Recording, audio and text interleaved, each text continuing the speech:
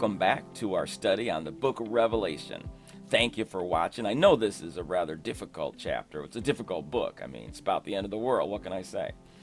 And right now, we're in the worst part of the book. Revelation 13 and 14 are at the height of Antichrist power. He forces everybody on the planet. If they want to buy or sell anything, they're forced to get this mark on their forehead or their hand. And if they choose not to get the mark, he's going to cut their heads off. But there's going to be this angel, right? Everybody's going to hear, everybody on the planet is going to hear this angel, and it's going to tell them, if you take that mark, you go straight to hell. No hope for you. Okay, so if you're living at that time, you're given a really horrible choice. Okay, so it's not boring at all. This is not a boring chapter. All right, so anyway, let's get into it. All right, let's get started here. All right, I was going to start right into 14:1 here, and it says, "Then I looked, and behold, a lamb standing on Mount Zion, and with him 144,000, having his father's name written on their foreheads." Now, historically, when I've looked at this, I've thought, well, the 144,000 are those 144,000 Jews that were described earlier, 12,000 from each tribe. That's a possibility. But it doesn't necessarily have to be the same group, I don't think. It goes on to describe them more. "And I heard a voice from heaven, like the voice of many waters, and like the voice of thunder." Now, this usually describes God's voice in the book of Revelation. And what's interesting here is John describes hearing the voice, but he doesn't say what the voice said. And then I heard the sound of harpists playing their harps. They sang as if it were a new song before the throne, before the four living creatures and the elders. And no one could learn that song except the 144,000 who were redeemed from the earth. Now, that sounds to me like he's describing something very literal. It's not unusual that people describe hearing music in heaven when they have their near-death experiences. This last part, though, about no one could learn that song except the 144,000, it just seems like there might be something. It might be literal, but it also might be symbolic of something as well, which I'm not sure what that is. There are some possibilities, but I don't know with certainty. Anybody have any ideas, or you seen any commentary on what that song is all about? No? Okay, we'll move on. Somebody have something? Hey, Dr. Guy, I wonder if it's just something so glorious that you have to be in that state to even understand it. You know, I think you have something there, Doug. As we go further, we're going to find out more about the 144,000, but I'll just plant this seed right now. The 144,000 are like a down payment to God. When Jesus died on the cross, he didn't do it. He did it for us, but he also did it for himself. Remember the parables that he said about the man who found the field with the treasure, and then he sold all that he had to buy the field? Well, in that parable, God is the man. We are the treasure. And he died on the cross because he thought he was getting a good deal. He was buying humanity. He was paying the sin price for all of us. And so we were his treasure. The 144,000 are like a down payment on God's family. He bought himself a giant family with billions of believers. And so these 144,000 were like, okay, this is my first cut from what I just bought. This is the down payment. And so they have this really special relationship with him. Really, really special. Like there's this special song that only they know, because unlike angels or any other host in heaven, they have this special song that they sing to God that only is theirs. And that is like, we're all going to have that. We are all going to have this really special relationship. We are going to become the unique children of the Almighty Creator of the universe. So, yeah, I think that might have something to do with it. So I think you got something there, Doug. Then it goes on to describe them. It says, "These are the ones who are not defiled with women, for they are virgins. These are the ones who follow the Lamb wherever he goes. These are redeemed from among men, being first fruits to God and to the Lamb. And in their mouth was found no deceit, for they are without fault before the throne of God." So throw this out there. I can think of 3 possibilities as to who these might be. Now, the first is the obvious one. Are those 144,000 Jews that were evangelists that played a big role in evangelizing Israel during the last days? Are they all dead now and they're all in heaven doing this? Describing them as the first fruits to God and to the Lamb makes me wonder. It's like, wait a minute, how can they be first fruits if they come at the very end? Okay. The other thing is that they're virgins and they've never lied. Okay. So I'm like, what humans can say that? They're virgins and they never lied. Now, Enoch did a really good job of being good. We don't know of any of his sins. We know that the Bible says there is none righteous, no, not one. All have sinned and fall short of the glory of God. So I have a hard time believing that these are 144,000 Enochs are people who just lived sinlessly. I have a hard time believing that. They were redeemed. The fact that they were redeemed suggests that, that their sins are paid for. So while the Enoch theory might hold some water, I have a hard time. Just the language here, I have a hard time with that. Now, the next possibility, there are a lot of, there's evidence that there are people in heaven that never got born. Miscarried. It's not uncommon for people to see their miscarried children in heaven. My son Colton was 4 when he had a burst appendix. He was rushed to the hospital and had emergency surgery, but thankfully he was okay. Kids say some funny things, so when he spoke about things he saw during the surgery, we didn't think much of it. It was a few months later, however, that we realized he was making some claims that we couldn't ignore. In the car one day, Colton asked me, "Did you have a grandpa named Pop?" I said yes, and that he died when I was about Colton's age. He's really nice. I nearly veered off the road. It's a crazy moment when your son uses present tense, referring to someone who had died many years before they were born. Colton said he had met Pop in heaven. When we got home, I showed Colton the last picture of Pop I had. He was 62, with white hair and glasses. Colton shook his head. He didn't recognize him. "Dad, nobody's old in heaven, and nobody wears glasses." I had my mom send a younger photo of Pop when he was 29, standing next to 3 people, including Colton's great-grandmother, who was still alive. He didn't recognize anyone else, but immediately he said, "Hey, how did you get a picture of Pop?" This was definitely unusual, and Colton gave us another surprise later that October. "Mom, I have 2 sisters." "No, you have 1 sister, Cassie." My wife Sonia replied, "Are you thinking of your cousin Tracy?" "No, I have 2 sisters. You had a baby die in your tummy, didn't you?" Time stopped in that moment. "Honey, who told you that?" "She did." We had never told Colton about Sonia's miscarriage. She became very emotional. "It's okay, Mummy. God adopted her." We asked him what her name was, but Colton said that we hadn't given her one. He was right about that too. We didn't even know the baby was a she. She said she just can't wait for you and Daddy to get to heaven.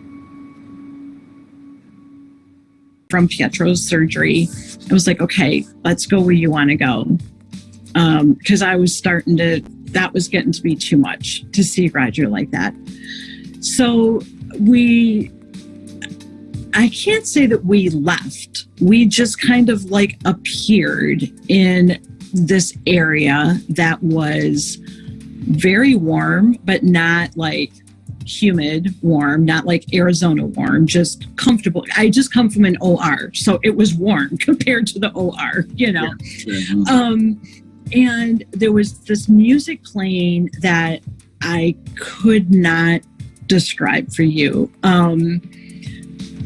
It was like music that like touched your soul. It was a lot of instruments. I really thought I heard a ukulele at one point and thought, oh, that's pretty cool. I love the ukulele, And she asked me if I knew where we were going, and I just kind of nodded. And I did tell her, I said, I'm kind of scared if you're taking me to heaven, because I went into the surgery really mad at God. It's not a good way for me to meet him, And she just assured me that it was going to be okay. And then she kind of diverted my attention, and I saw this green hill. Now, Bill, when I say colors, like we see green. Okay, this hill was like 80 shades of green. It was beautiful. And the daffodils, their leaves had blue in them, not just green. And the yellow daffodil bulbs were like almost sparkling, and like a light almost coming from them. And I knew I was in heaven. I just knew. I was like, this is unbelievable. There's music. There is almost like a breeze. There is so much peace. There are colors that just, I was like gasping. I was pointing them out to the lady from under the TV. I was like, oh, look at that color. I've never seen that before, you know? And then I saw this woman running up a hill with 6 children with her. And immediately I recognized that woman as my grandma. The interesting thing is, my grandma was born in 1901. I was born in 1969. So when I was born, my grandma was by all definition old. Yeah. When I saw her running up that hill, uphill, she died at 91. She ran up that hill effortlessly and appeared to maybe be like in her 30s, because I was thinking that she looked about my age, and I knew how. You recognized her. You recognized her, even. Oh, I recognized her immediately. And my grandma said, "Kids, look, it's your mom." And these children turned around, and this one looked like Roger. This one, looked like me. Then I saw Deanna's twin, and I knew what Deanna looked like. This was Deanna's twin. And I was just like, these are my children that I lost. Did you look the age of Deanna, the way Deanna was at that time? Did she look about that same age? All of the children looked like they were like 5 or 6 years old. They were all about the same age. Mm-hmm.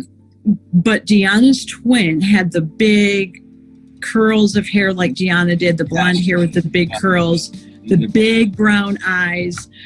I mean, if I hadn't known I was in heaven, I would have said, hey, Deanna, you know.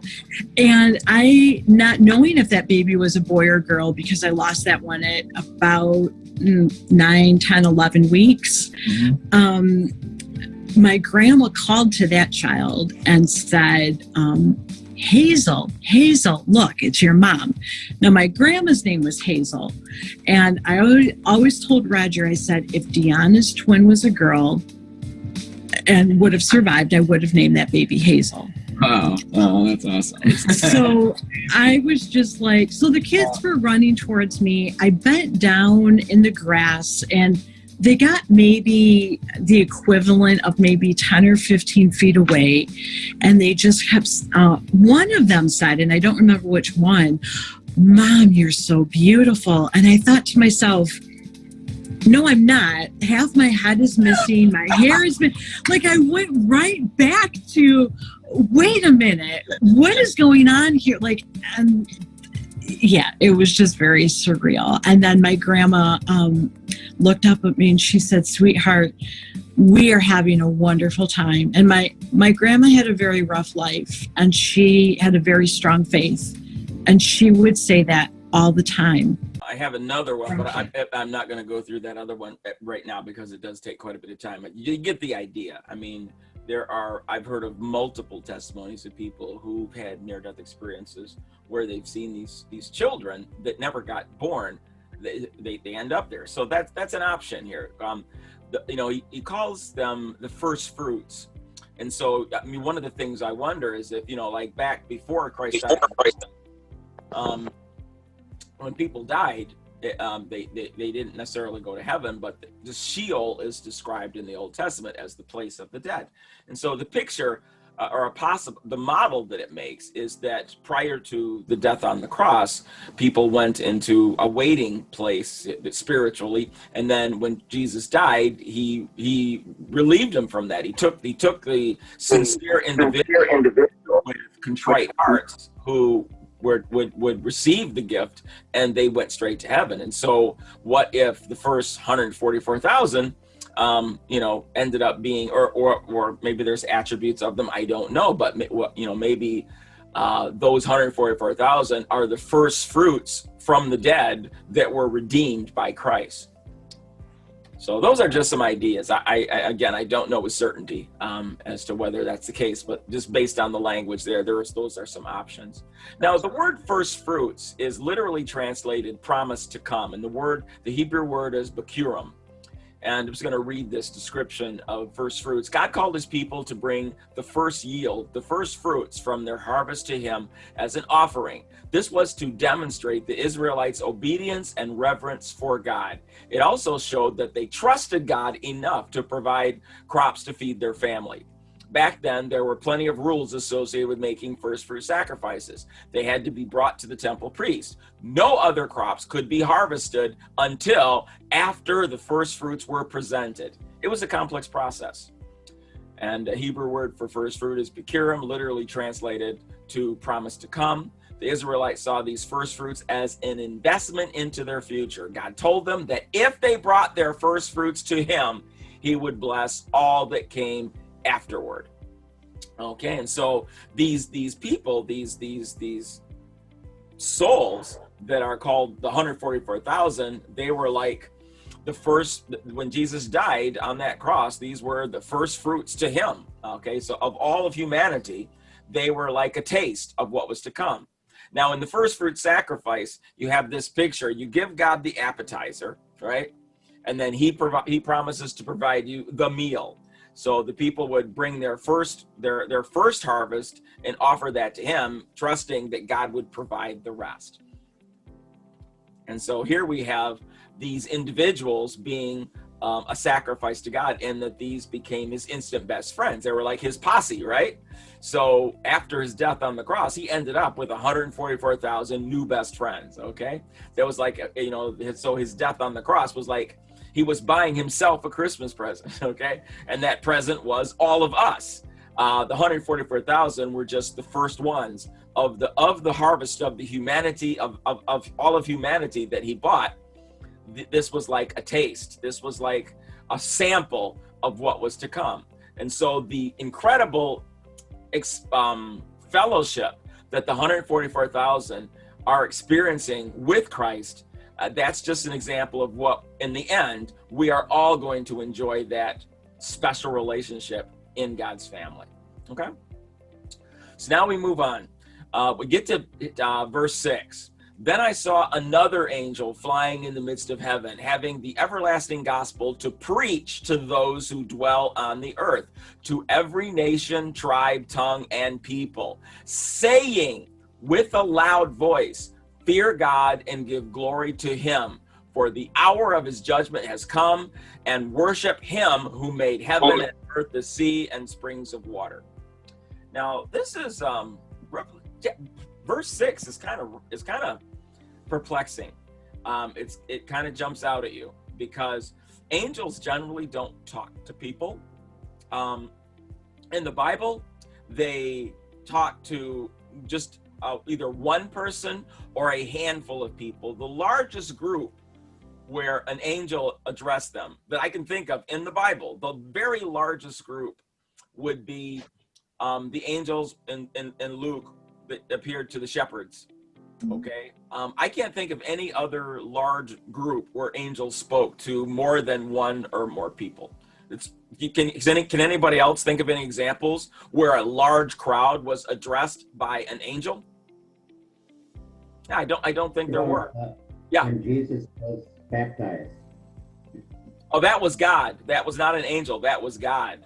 That was God himself. Yeah. But that's good. That's good. Because God did spoke to large people. But as far as angels, we don't really have angels addressing more than a small group of people.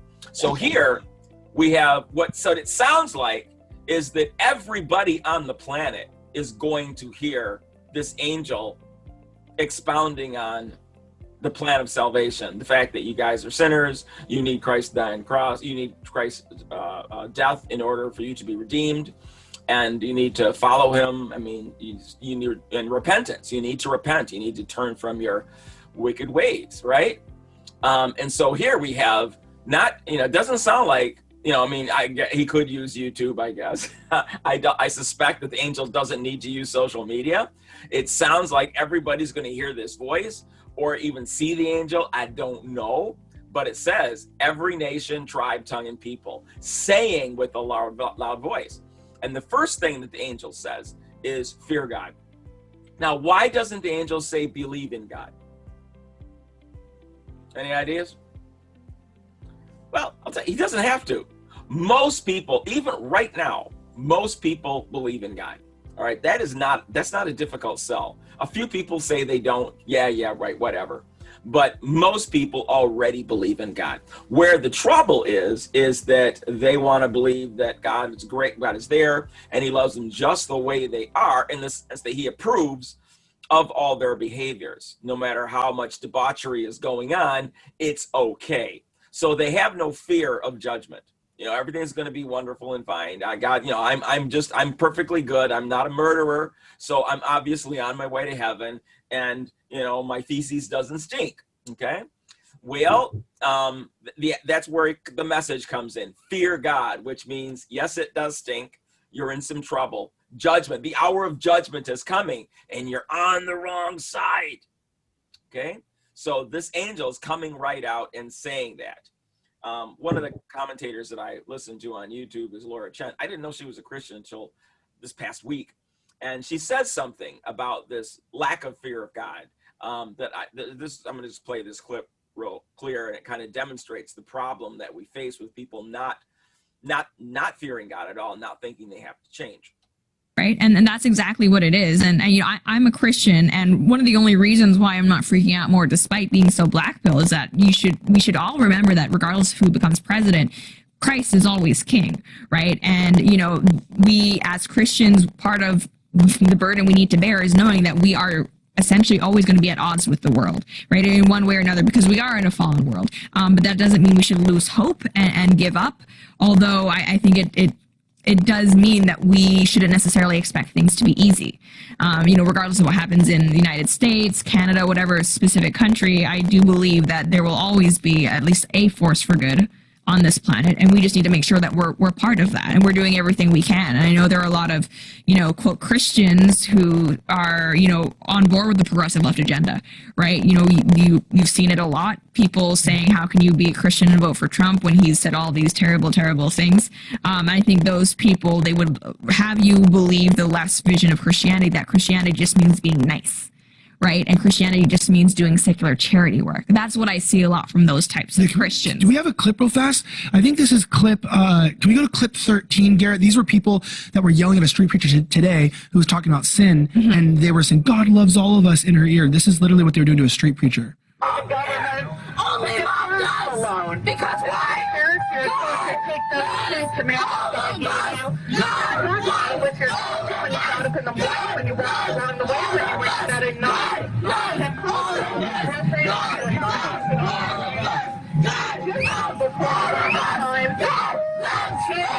God commanded you on yourself with them, mother. Obey your parents and the Lord. This is all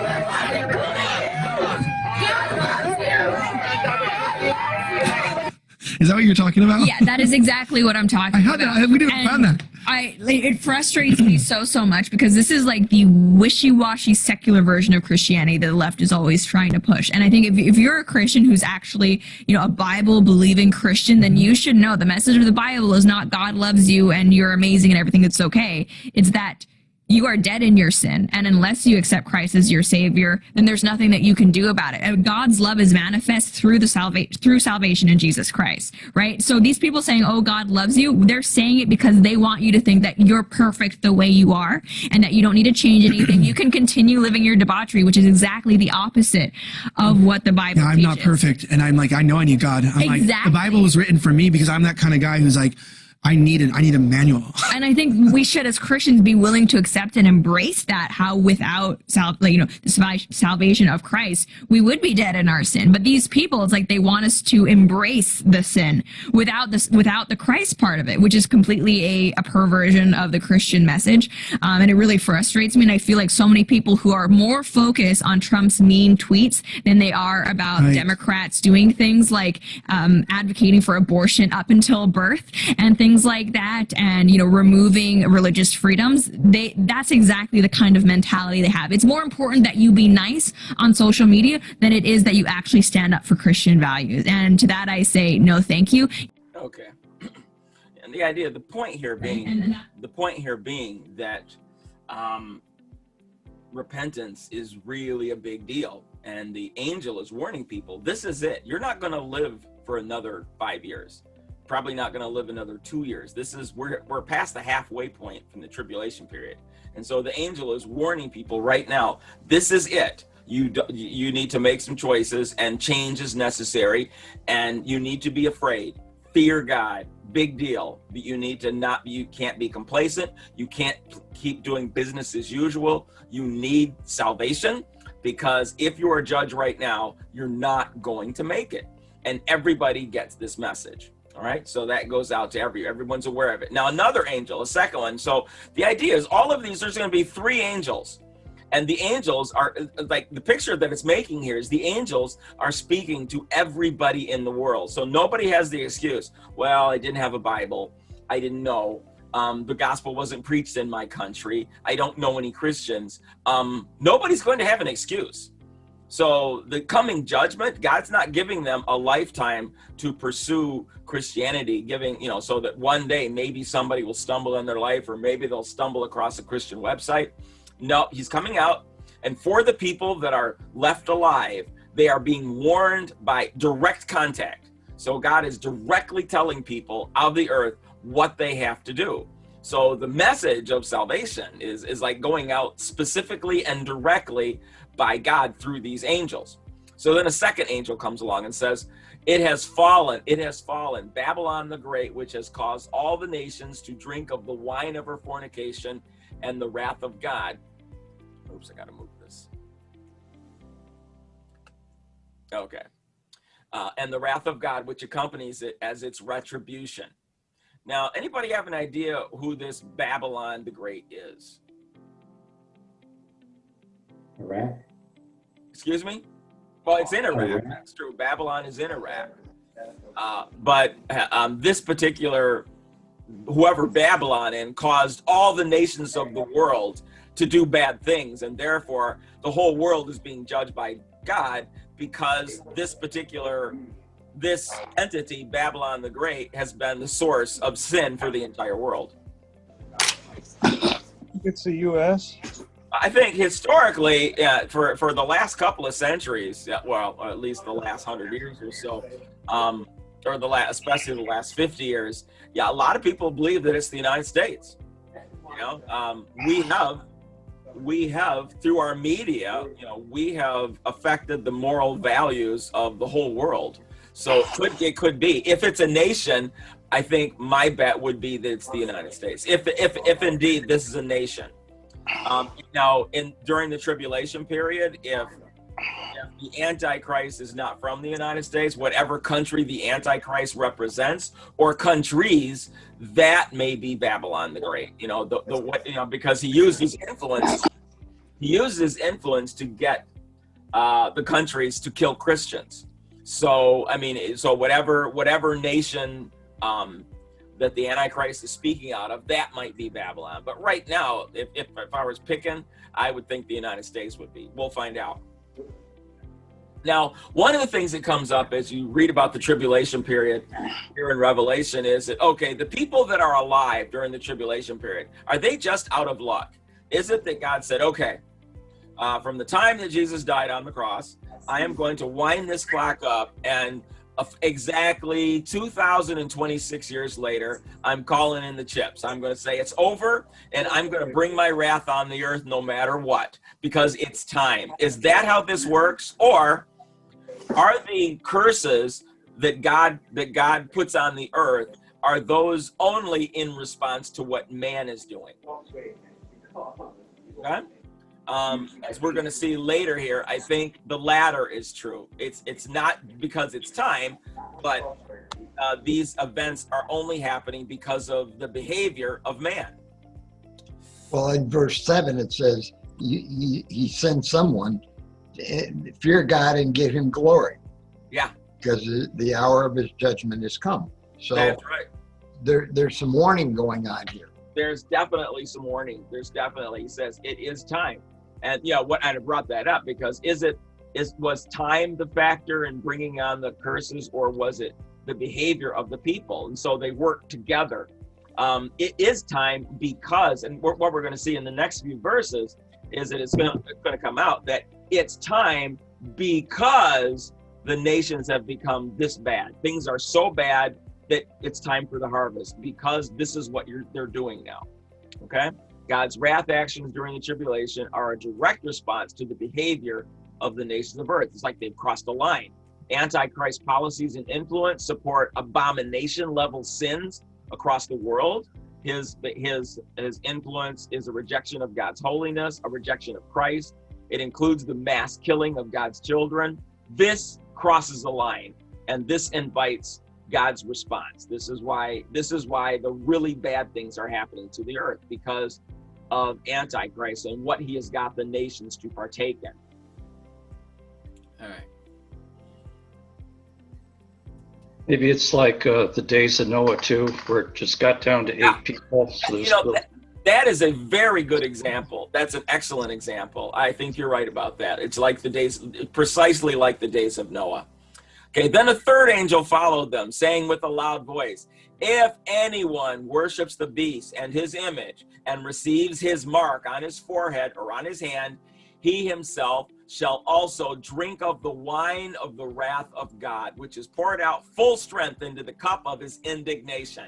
He shall be tormented with fire and brimstone in the presence of the holy angels and in the presence of the Lamb. And the smoke of their torment ascends forever and ever. And they have no rest day or night, who worship the beast and his image, and whoever receives the mark of his name. Now, a couple things pop out with this verse. One, sometimes I get into online arguments with folks who want to say that hell is temporary or that hell doesn't exist. It's really hard to support that view biblically, especially when you look at verses like this. Okay, forever and ever, not just forever and ever. Okay, I mean, come on, it's just this the language here does not allow for a temporary abode. Hell is really, really bad. And we have the angel announcing to everybody, before you take this mark, please think about this. You go straight to hell. There is no hope for you. That's it. So don't take the mark. If you do, God's going to get you, and it'll never stop. Okay, everybody's going to be aware of that. So there's not going to be a, oops, was that the mark? I mean, that thing that I just did, was that the mark? You won't have to worry about that. There's going to be an angel letting everybody know this thing is coming out right now. That's the mark. It's not a COVID vaccine. Okay, it's not just digital currency. It's a mark that means, when you take that mark, you are swearing allegiance to Antichrist regime. And the angel's going to announce to folks, take it and you're done with God. Now, what about those who refuse to take that chip, What is wrong with you people? No, I'm not taking that chip. Didn't you hear that, big angel? Take the mark, go to hell. I don't care if I can't buy or sell. You're not sticking with me with that instant damnation thing. Mr. Reed, we assure you that the chip is safe and will actually assure you a place in heaven. Facebook, Google, and YouTube fact checkers have all determined that the so-called angel voice was actually a Russian disinformation hoax. So, yeah. Now, what happens if you don't take it? Well, you have to skip over to Revelation 20 to find the answer to that question. And it's not good. It says, and I saw the souls of those who'd been beheaded for their testimony about Jesus and for proclaiming the word of God. They had not worshipped the beast or his statue, nor accepted his mark on their foreheads or their hands. they all came back. They all came to life again, and they reigned with Christ for 1,000 years. But before they did that reigning, they got the heads cut off. Why? Because they didn't go along with the regime. They did not take that mark. So it's really, you're kind of in a rock, between a rock and a hard place. If you are living at this time, if you refuse the mark, they cut your head off. If you don't take the mark, if you take the mark, you go to hell. If you don't take the mark, they cut your head off. So bad time. Now, because of the beheading thing, one of the things that Christians have noticed is there is a lot of, like the Muslims have a Messiah that's coming up. All right, his name is the 12th Imam, or the Mahdi. Okay, and the Mahdi, if you read about Antichrist, the similarities between Antichrist and the Mahdi are really impressive. And one of the things that they have in common is the beheading of the enemies. So there are quite a number of individuals who really think that the Antichrist will come out of Iran or Turkey or one of the Muslim countries and unite the Sunni and the Shiite, and ultimately take the center stage in the world. So we'll see. But that beheading thing, nobody else is walking around talking about beheading folks except these guys. So that is interesting. We'll see what happens. Now, in terms of not being able to buy or sell, you're probably all aware that we have chips right now that are this is something that's going on right now, where people, your computer records can be placed on a chip. That's an RFID chip that can be inserted into your body. Here's one in the hand, where you use that to get into work. You can use it for your financial transactions. You have your medical records. There's a lot of benefits. And identity theft is much more difficult if you have a biochip.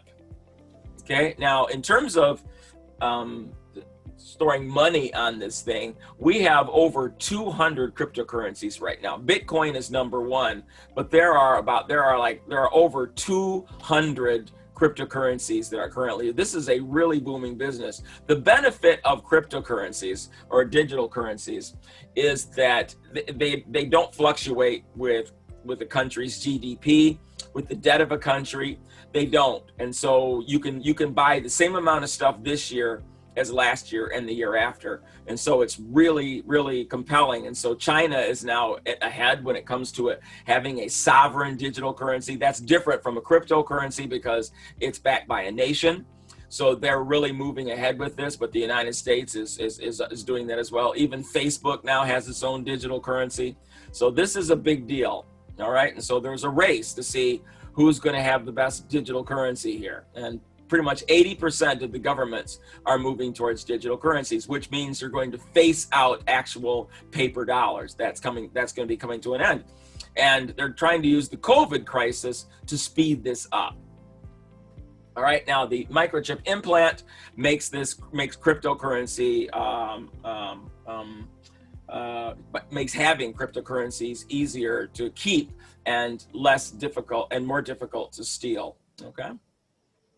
Dr. Guy? Yes. Question? Yeah.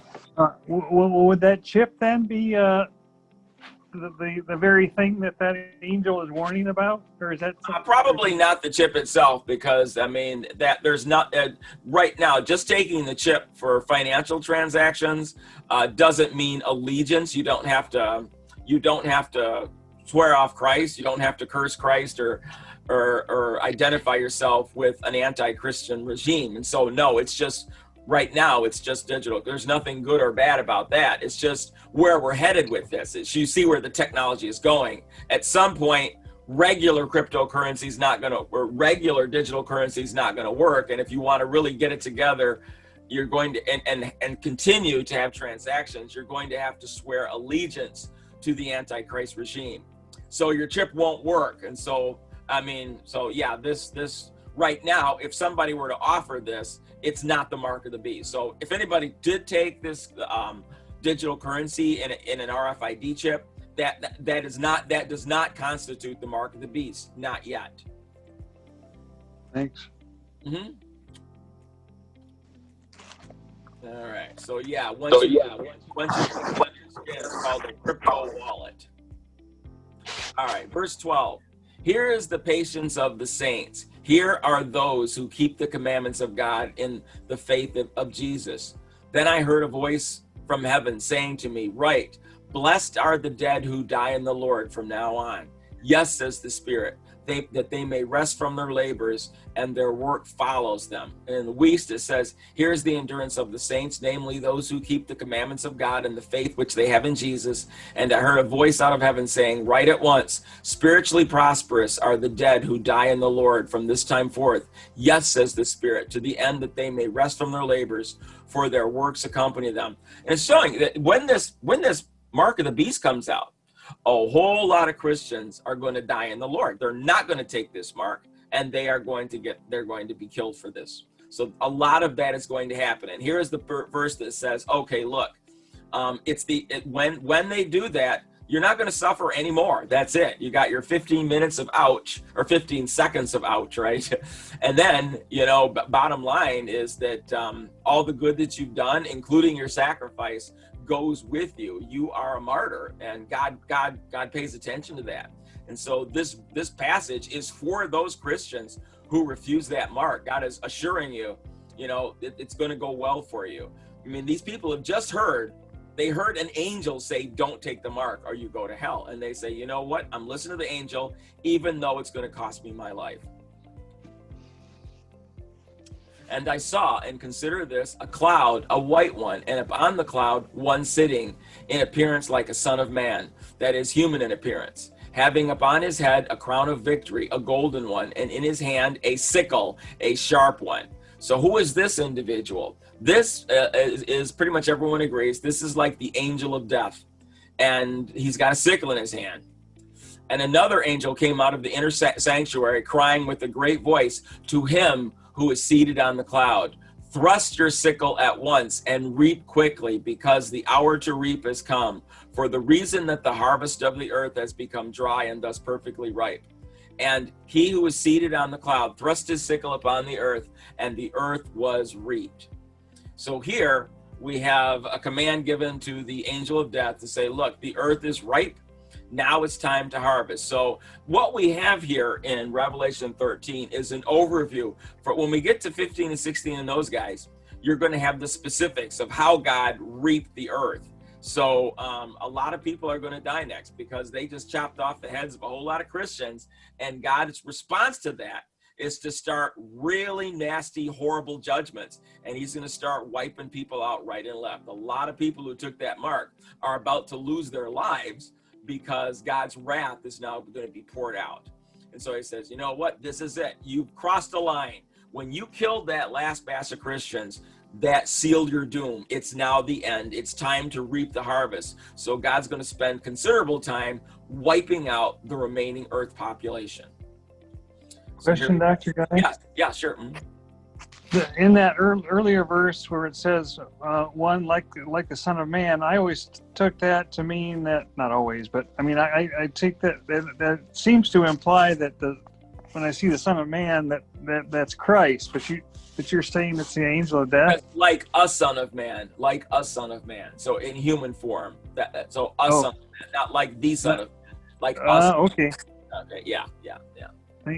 Okay. But I think it's good to note, that Jesus says he has the keys of death and Hades, which means that the angel of death reports directly to Christ. He can't do anything with that sickle unless Christ gives him the nod. Okay? So he's only king over death because Jesus gave him that authority. Okay. All right, now this important. This imagery, remember, to really understand Revelation, you really have to know other Bible verses, and this is a beautiful example of that. Jesus gave some examples about the earth as a wheat field. Now, one thing about wheat is that when you plant it, it takes about 10 days to germinate. And what we see here is what the wheat looks like shortly after germination. You can't eat this. This is just grass, okay? So to pull this up and try to harvest it, you've got nothing but grass. All right. Now it takes about 90 days from the time that wheat plant emerges. You've got 90 days before it reaches maturity, 3 months before you can harvest it and make bread from it. Okay. Now this is what fresh or wheat looks like when it's prepared for harvest. Notice that it's not green anymore, it's dry. So when it's dry like this, this is the part, this is the time when you can say, okay, time for some bread to be made, okay? Because you can make bread out of it when it's dry like this. When it's green, can't make bread, okay? Now, for years, this is how you mowed fresh wheat. You use a sickle, okay? That's your mower. When historically, when you hear about mowing, you're talking about people using a sickle. We think of a lawnmower, but originally mowing refers to the cutting of grass like this with a sickle, okay? Now, when I first started going to church, you know, after I became a Christian, and I heard them talk about the wheat and the tares. Remember how Jesus gave that illustration about the wheat and the tares? And I'm going to get into that in a minute. And the pastor said that tares is another word for weeds, and that was incorrect. Okay, tares are a specific weed called Lalium tementaculum. Okay, there's another word for that. That's the Latin term. There are other descriptors of, I forgot what the other word was, but Lalium looks just, when it's green, Lalium and wheat look identical. Here you see the two next to each other, and you can't tell the difference. They look the same. They look the same. This is a weed that frequently grows with wheat, but it's not wheat. You can't eat it, okay? But at 90 days, when both plants are mature, you can obviously see the difference. There is a huge difference, all right? At 90 days, it's easy to distinguish between tares and wheat. So Jesus gave this parable. He says, the kingdom of heaven is like a man who sowed good seed in his field, but while men slept, his enemy came and sowed tares among the wheat and went his way. But when the grain had sprouted and produced a crop, then the tares also appeared. So the servants of the owner came to him and said, "Sir, did you not sow good seed in your field? How then does it have tares?" He said to them, "An enemy has done this." The servant said to him, "Do you want us then to go and gather them up?" But he said, "No, lest while you gather up the tares, you also uproot the wheat with them. Let both grow together until the harvest, and at the time of harvest I will say to the reapers, first gather together the tares and bind them into bundles to burn them, but gather the wheat into my barn." And so this picture of the grim reaper coming down and making the harvest, and he says it's time, you know, the difference between believer and unbeliever, you know, it's very, very obvious. This is an easy thing, okay? The garden is right. The earth is God's wheat field, and it's time for the harvest. So earth was a place where people could go from spiritually dead to spiritually alive as they experienced the emptiness of sin and turned from their ways when they heard the message of Christ. Then they repented and received Christ's forgiveness, entered into a relationship with Christ. And so earth has been a place where children of God could be born. It's a garden that allowed that process to continue. All right. But what's happened is that earth's ability to do that, because of wickedness, because evil now has become so bad, it's no longer able to do that. So it's time for the harvest. It's like think about gardens in Hiroshima after the bomb. The soil is so contaminated, no new crops are going to come out of that. All you're going to get is dead old crops that are unedible. And that's kind of what we have here. So he says, thrust in your sickle at once and reap quickly, because the hour to reap has come, for the reason that the harvest of the earth has become dry and thus perfectly ripe. So he's using the wheat terminology to describe the fact that the earth is ripe for harvest. It's over. There's not going to be any more generations on earth. Earth is done. Everybody, either they're spiritually dead, or a few people that are alive, but mostly people are spiritually dead. All right. So in 2 Peter 3, it says, God isn't late with his promise as some measure lateness. He is restraining himself on account of you, holding back the end because he doesn't want anyone lost. He's given everyone space and time to change. And so the reason that the end has not come so far is because there was hope. People were still getting born. People were still coming to him. That's over. He doesn't have to restrain himself anymore, because the people that are going to come to him have all come, and it's done. All right. So then the last passage in this verse says this, and he's going to look at it as a different kind of harvest. It says, and another angel came out of the inner sanctuary, the sanctuary in heaven, having also himself a sickle, a sharp one. And another angel came out of the altar who has authority over fire. And he cried with a great voice to the one who has the sharp sickle, saying, thrust in your sharp sickle at once and gather at once the bunches of grapes of the vine of the earth, for its bunches of grapes have become ripe. And so now it's describing, so it's just using different imagery.